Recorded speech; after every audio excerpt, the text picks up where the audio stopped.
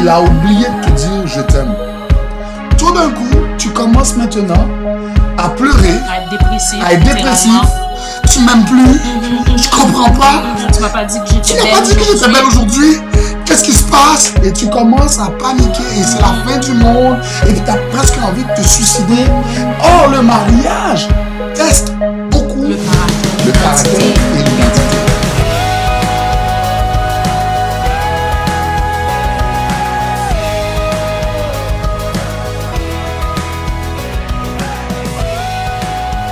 Bonjour encore, bienvenue à cette belle émission que nous sommes en train de voir sur les 16 erreurs de notre mariage. Quel parcours pendant 22 ans de route où nous avons fait des erreurs et nous avons appris de nos erreurs. Et nous sommes en train de partager avec vous les erreurs que nous avons faites pendant ces 22 années. Et si c'était à recommencer, qu'est-ce qu'on ferait de différent? Et l'une des erreurs cette semaine que nous voulons voir avec vous, c'est l'erreur que j'appelle l'erreur de l'identité de l'homme. L'identité de l'homme. Et l'identité de la femme aussi en même temps. Et non, c'est quoi réellement l'identité? Qu'est-ce que c'est que l'identité ou la définition de l'identité? En fait, avant les erreurs, justement, de notre mariage, je pensais que l'identité, c'était ton nom. Quand on te demande qui tu es, tu dis, écoute, je m'appelle Naomi Montisol, je suis née, exemple, en 1974. Je suis de telle origine, tout et tout. Je pensais que c'était ça, l'identité. Et quand je suis rentrée dans le mariage, je suis rentrée avec cette définition de l'identité. Et c'est lorsqu'on a commencé à vivre nos conflits, où est-ce que c'était tellement difficile, là, j'ai dû aller devant Dieu pour savoir, mais qu'est-ce qui se passe? Qu'est-ce que je ne connais pas de ma personne qui fait en sorte que j'ai autant de misère dans mon mariage et que toi, tu n'arrives pas à me comprendre, moi, je n'arrive pas à te comprendre. Et pendant cette démarche-là, le Seigneur a commencé à me parler de l'identité, c'est quoi exactement? Et là, j'ai commencé à faire une recherche en profondeur, mais une recherche biblique. Parce que la définition universelle, je l'avais, que l'identité, c'était ton nom, comme je viens de vous dire. Et là, j'ai été estomaquée d'apprendre que l'identité, c'est ce que Dieu dit de toi. Wow. C'est comment Dieu te voit, c'est qui tu es en Dieu, le plan qu'il a pour toi. Et lorsque j'ai eu cette définition, j'étais enchantée, mais là, Dieu a commencé à me parler d'aller plus loin et j'ai commencé à méditer sur la Genèse, lorsque Dieu a créé Adam et ensuite Ève est venue par la suite. Et lorsque Adam a vu Ève, la première chose qu'il a dit, voilà celle qui est os de ma chair. Et il a dit, maintenant j'ai une aide à côté de moi, elle me ressemble. Et j'ai commencé à vouloir rechercher qu'est-ce que le mot aide voulait dire. Puis en réalité, c'est que c'est un vis-à-vis, je suis là pour t'aider. Et ça a été une révélation qui m'a hit, je sais pas comment dire ça en français, qui m'a rempli, voilà, qui m'a saisi. Fait que là, déjà là, j'ai commencé à comprendre mon rôle à côté de toi. C'est pas juste de te donner à manger, c'est pas juste de prendre soin de tes vêtements, c'est pas juste de m'assurer que tu sois, que tes besoins primaires soient rencontrés, mais dans la vocation que tu as, je suis une aide à côté de toi. Et ça fait partie de ton identité. De mon identité. Parce qu'une des choses que vous devez comprendre, quand quelqu'un n'est pas fort dans son identité, il est dans l'incapacité de produire son plein potentiel. Puis un exemple, tu as dit quelque chose de la définition qui est très important, lorsque tu dis que l'identité, c'est ce que Dieu dit de toi, mais deux, c'est ce que la société aussi ou ta famille dit de toi. Ça forge ton caractère. Donc si par exemple, tu es quelqu'un où on t'a toujours dit que tu es faible, et tu as grandi pendant toutes ces années-là, dans cette atmosphère, je ne suis pas bonne en mathématiques, ou je ne suis pas bonne dans peu importe la discipline, le domaine dans lequel tu te sens pas bonne ou tu te sens pas bon. Qu'est-ce qui arrive? C'est que maintenant, tu rentres dans le mariage avec une vieille identité de toi-même, une fausse identité. Donc, quand maintenant, celui qui est fort dans le domaine vient, tu te sens intimidé, écrasé. La vérité, c'est pas lui le problème. C'est ton identité. Tu connais pas ton identité. Tu connais pas ton identité. Tu as une faiblesse à ce niveau-là. Et souvent, on nous traite selon ce qu'on projette comme identité. On nous traite selon ça. Et une chose que je me rappelle que tu disais, puis que je comprenais pas au début, tu disais, quand tu enseignais, tu as commencé à nous emmener cette révélation-là. Si vous ne vous trouvez pas belle, même si le monde entier vous dit que vous êtes belle, vous n'allez pas y croire parce que dans votre identité, cette révélation n'est pas installée. C'est pas installé dans ton identité, tu t'es toujours trouvé laide, tu t'es toujours trouvé pas bonne. Donc, même quand les autres te complimentent, ça rentre pas. Puis qu'est-ce que ça fait? C'est que maintenant, ça met une pression sur celui qui essaie de te dire que t'es belle parce que t'en as jamais assez. Oui, tu te sens agressé même. Parce que dans ton code identitaire, tu n'as pas cette information ou bien cette révélation dans un terme biblique qui te dit que tu es belle. Oui. Et là, tu attends toujours que l'autre vienne te dire constamment tu es belle, alors c'est un problème identitaire que tu as. Et ça a été un problème majeur dans notre mariage. Un problème majeur. Parce que les deux, on vivait ça. Les deux. C'est pire quand moi, je ne connais pas mon identité, toi, tu connais ton identité, tu peux déjà me dire, le problème qu'elle a ou le problème qu'il a, c'est l'identité. Tu peux le détecter. Mais quand les deux aveugles ne peuvent pas se conduire. Exactement. Donc, quand les deux, on a une lacune dans notre identité, ça vient mettre une pression énorme sur le foyer. Et là, c'est les batailles, c'est les conflits qui ne finissent jamais. Surtout dans les chicanes. Oui. Lorsqu'on est en chicane, on a tendance à vouloir piquer l'autre. Oui. Hein? Et souvent, on va piquer avec des paroles qui touchent à l'identité. À ton code identitaire. À ton code identitaire. Yes. Et qu'est-ce que ça fait? C'est que si, par exemple, je vais prendre un exemple banal. Si demain matin, quelqu'un viendrait, si on serait en chicane, un exemple, et puis tu me dirais, tu es une espèce d'homme. Je ne vais pas me fâcher, ça ne va rien me faire parce que dans mon identité, je suis un homme. C'est comme ça ne me dérange pas. Si demain matin, on viendrait me dire, tu n'as pas de cheveux. Mais je le sais dans mon identité, je n'ai pas de cheveux.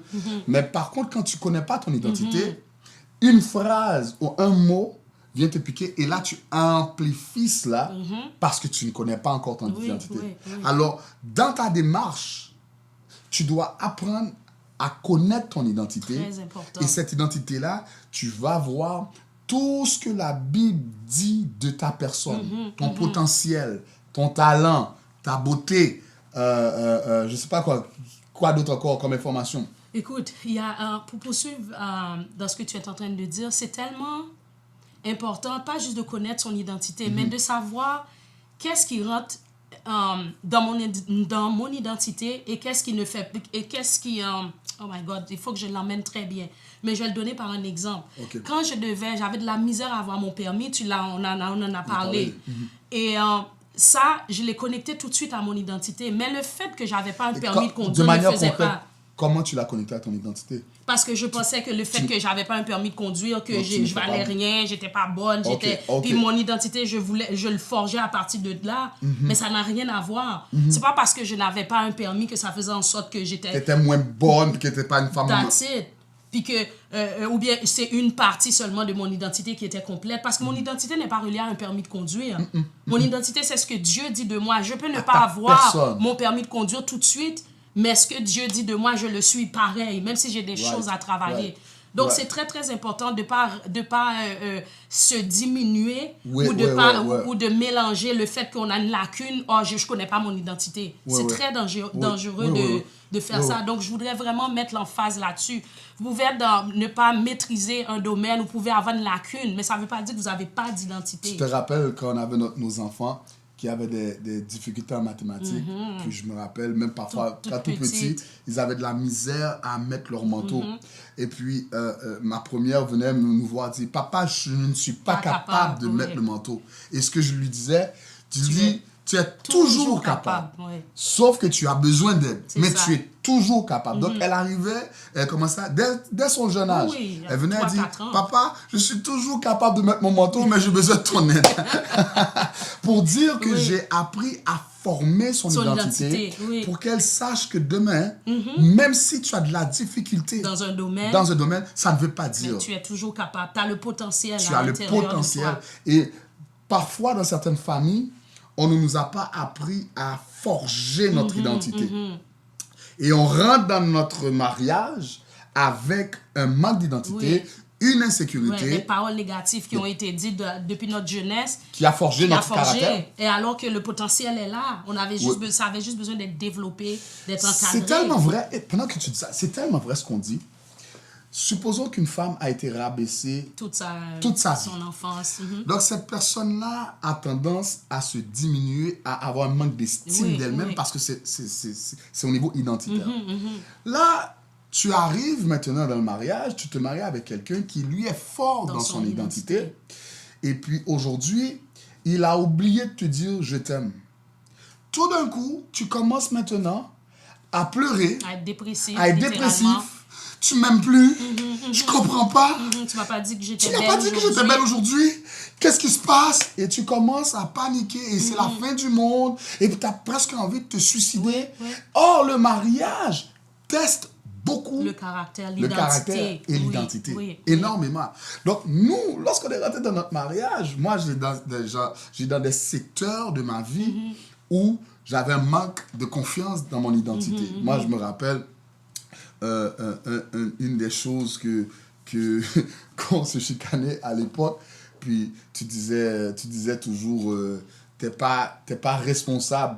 Puis là, je commençais à m'énerver. Je disais, comment t'es pas responsable? Mais toi, tu faisais exprès pour me piquer. Soit tu étais blessé par quelque chose que j'avais fait. Je voulais te faire bouger. Puis là, je dis, oui, je suis responsable. Tu dis, ouais.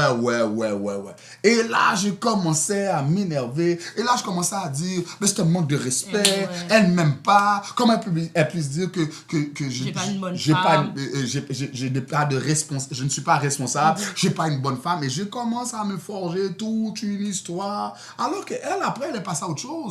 Mais la vérité, c'est que dans ce secteur-là, il y a un manque d'identité, une cassure que je n'ai pas eue dans mon manque d'identité. Je me rappelle, moi, à l'époque, lorsqu'on allait à l'école, puis dans notre culture, malheureusement, d'où nous venons, c'est une culture qui est très répressive. Alors, lorsqu'on arrivait, puis tu n'avais pas la moyenne générale, donc dans notre famille, avoir 60%, c'est un échec. C'était pas possible d'avoir la note de passage. Alors, mes parents, quand j'arrivais avec 55, 50, alors là, maintenant, c'était tu es crétin, tu es imbécile, tu n'es pas intelligent, tu vas jamais réussir, ou tu vas aller dans la vie avec 60%, avec 50%, et regarde ton frère, lui, il est en train de performer, et mon Dieu, les nuits que j'ai passées à pleurer. Parce que ça fait mal. Ça fait mal. Or, j'avais des difficultés, certes, mais ça n'a rien à voir avec mon potentiel. J'avais peut-être des problèmes de mathématiques, mais ça ne fait pas de moi quelqu'un d'imbécile, ça ne fait pas de moi quelqu'un de crétin. Et on rentre maintenant avec cet héritage. Et on vient jouer dans ton code identitaire. On vient jouer dans ton code identitaire. C'est jouer dans le code identitaire de quelqu'un. C'est vraiment quand tu lui dis tu ne seras jamais rien. Oh, depuis la naissance, je t'ai vu, tu étais appelé à être un échec. Ou qu'on te compare à... Exemple, il y a toujours un dans la famille qui n'est pas plus intelligent, mais qui est plus rapide que l'autre. Et on a tendance à tout le temps comparer, à diminuer l'autre. Et ça joue directement dans le code identitaire. Et ça fait des dégâts. Et ce qui m'amène à ce conseil-là, ne dites jamais dans le mariage des choses qui touchent l'identité de quelqu'un. Mais c'est quoi toucher l'identité de quelqu'un? C'est-à-dire dire des paroles, dire des paroles qui viennent toucher sa personnalité.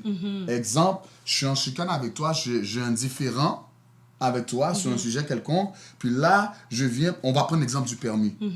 Je sais que le permis, t'as eu de la misère à avoir ton permis de conduire, et maintenant, ça touchait ton code identitaire. Oui, définitivement. C'est pas parce qu'on est en chicane aujourd'hui, demain matin, je dois arriver, puis dire, tu sais, même un permis, tu peux pas avoir. Écoute, là, puis j'attaque directement quelque chose qui est profond à toi. Tu comprends? Donc, même si je suis en chicane avec toi ou je ne suis pas en accord, on a une différence d'opinion, merci chérie, je ne peux pas arriver à te dire des choses pour toucher ton code identitaire de manière négative. Pourquoi? Parce que même quand toi, tu dis « je m'excuse », je te demande pardon, je ne voulais pas dire ça, mais la blessure est là. C'est tellement vrai ce que tu dis. Au début, quand je faisais du counseling, et beaucoup de femmes venaient pleurer dans mon bureau là, à l'extrême, juste parce qu'un mari ou un homme leur a dit qu'elles étaient grosses.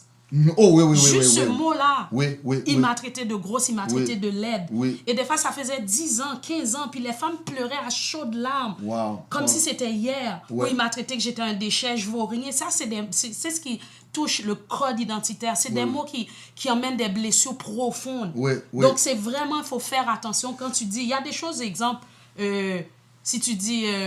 oh, t'aimes pas faire le ménage. Oui. Ça peut passer. Exactement. Mais quand tu vas toucher, oh, regarde la largeur de ton nez. Tu donnes un qualificatif qui décrit qui dénigre qui la dénigre, personne. Voilà.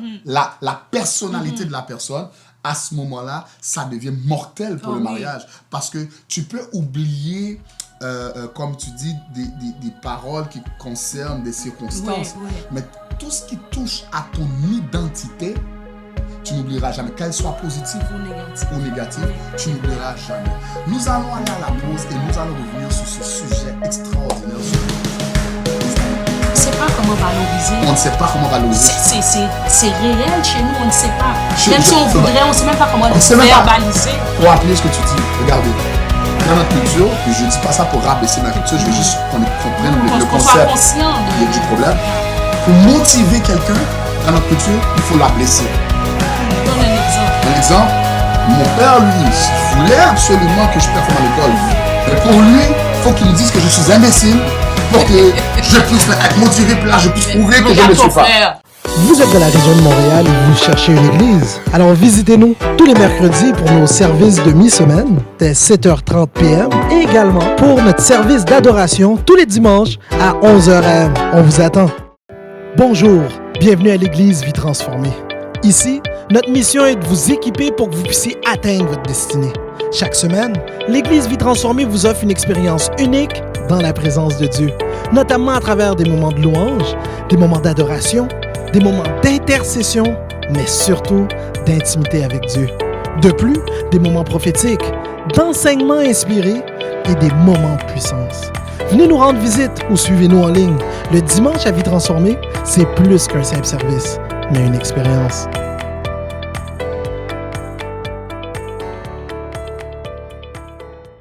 Nous sommes de retour et nous sommes en train de discuter ce sujet-là tellement sensible.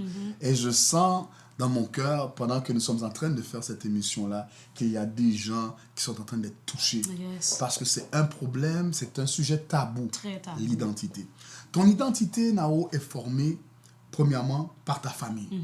Ce que ton père et ta mère disent de toi dès ta naissance. Oh oui, oh oui. Et tout ce que tes parents n'ont pas dit aussi de positif forme aussi ton identité. Il faut vraiment comprendre à quel point que c'est profond. Très profond. Lorsque quelqu'un n'a pas été bien développé dans son identité. Dans son identité. Deuxièmement, ton identité est définie par ton voisinage, par ton entourage, à l'école. Combien d'enfants se sont fait intimider à l'école, pas physiquement, mais psychologiquement, des paroles qui touchent l'identité de la personne. Et ça fait en sorte que lorsque tu n'as jamais quelqu'un n'a jamais pris le temps de former cela, et ça fait 20 ans, 30 ans, ça devient maintenant ce que la Bible appelle une forteresse. Ça devient une manière de penser. Et lorsqu'on prend cela, et lorsque ça devient une manière de penser, et tu entres maintenant dans le mariage, voilà maintenant le problème. Parce que maintenant, la personne avec qui tu es marié doit maintenant faire face avec cette façon de penser qui t'a été inculquée depuis le berceau ou par des circonstances difficiles ou X, Y, Z. Après cela, l'identité, elle est définie par les expériences de la vie. Exemple, quelqu'un qui a été violé, par exemple, par un oncle, par une tante, par un père, ou quelqu'un de proche, ou quelqu'un d'extérieur. Même si la personne ne lui a pas dit un mauvais mot, de par le fait qu'elle a été agressée, elle a formé une mauvaise identité par rapport à la sexualité, par rapport à sa personne, par rapport à la relation avec le sexe opposé.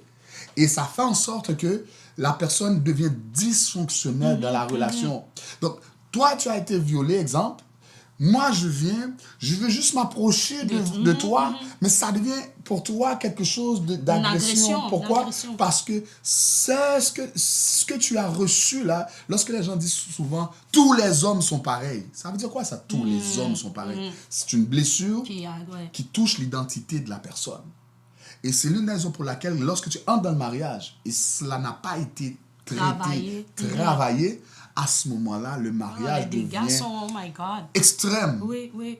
Parce que quand tu vis dans l'intimité avec quelqu'un, l'intimité révèle la profondeur de la personne. Ce qu'il y a de bon et ce qu'il y a de mauvais. Ce qu'il y a de bon et de mauvais, cette personne-là fait face avec l'identité de l'intimité. C'est-à-dire, ce qu'il y a de bon et de mauvais, moi j'arrive, je me marie avec toi, ça remonte en surface. Donc je dois 24 heures sur 24 gérer ou dealer avec ton identité. Oui, parce qu'on est toujours à fleur de peau. On est toujours... Quand l'identité n'est pas installée, un rien peut amener l'explosion. Je vais vous donner un exemple concret. Chérie, rappelle-toi. On a un projet, pour vous montrer le rôle de l'identité. On a un projet. On veut acheter une maison. Celle qui n'est pas ferme dans son identité d'entrepreneuriat, par exemple, chaque fois que tu présentes le projet, elle répond. Elle le rejette. Je ne vois pas pourquoi on doit avoir une maison. On n'y arrivera jamais. On n'a pas l'argent. Elle va trouver toutes sortes d'excuses pour ne pas faire le projet sans même analyser la viabilité du projet. Mais à cause du manque d'identité, ça se reflète dans tout ce qu'elle entreprend. D'où l'importance de prier devant Dieu pour que Dieu puisse nous guérir dans notre identité et d'enlever toutes les paroles négatives qui s'accrochent à nos vies, des choses qu'on ne sait même pas. L'autre manière qui forme notre identité, non seulement la société, non seulement la famille ou les parents ou notre entourage, mais l'autre, c'est la culture. Oui.